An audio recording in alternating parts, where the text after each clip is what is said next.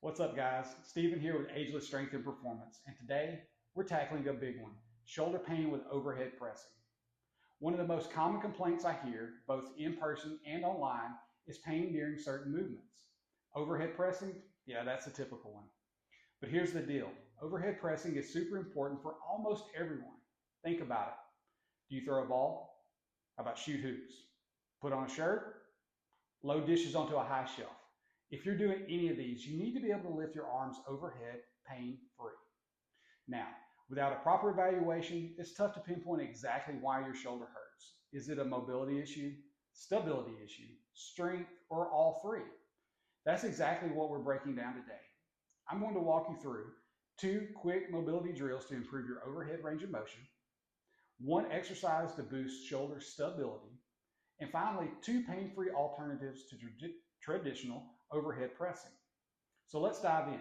And if you find this helpful, don't forget to like, subscribe, and drop any questions in the comments. So let's get to it. Let's start by foam rolling the lats. Tight lats can limit overhead mobility and feed into pain. Start with a foam roller up close to the armpits and slowly work your way down to the bottom of the rib cage. There is no right or wrong way to do this. Look for tight or painful areas and spend a little time there focusing on slow and controlled breaths. About 1 to 2 minutes per side is a sufficient amount of time.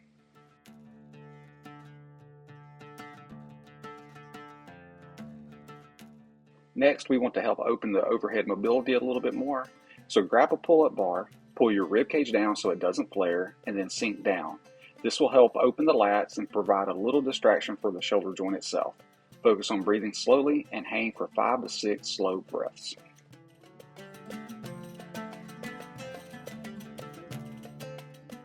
We are using the banded YW press to add shoulder and upper back stability. Grab a band just outside of shoulder width to create a Y.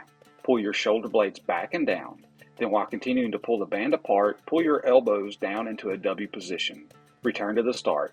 This is harder than it looks, so focus on good technique for 2 to 3 sets of 10 reps.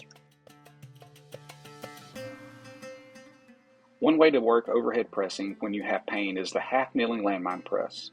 Start in a half kneeling position with the collar of the barbell in the same hand as your down knee. The barbell should be close to your shoulder for the start of the rep. Press up, but because of the arch of the landmine, your hand will actually travel a little out in front of your body. Slowly lower back to the starting position and pause briefly before beginning your next rep.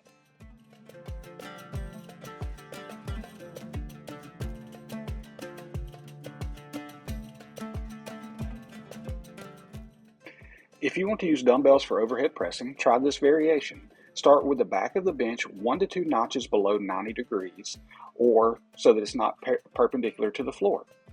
Get into your normal shoulder press position, but before you begin to press, move your elbows slightly in front of the body. How far to move them is a personal preference. Play around with the positioning until you find a pain-free range of motion.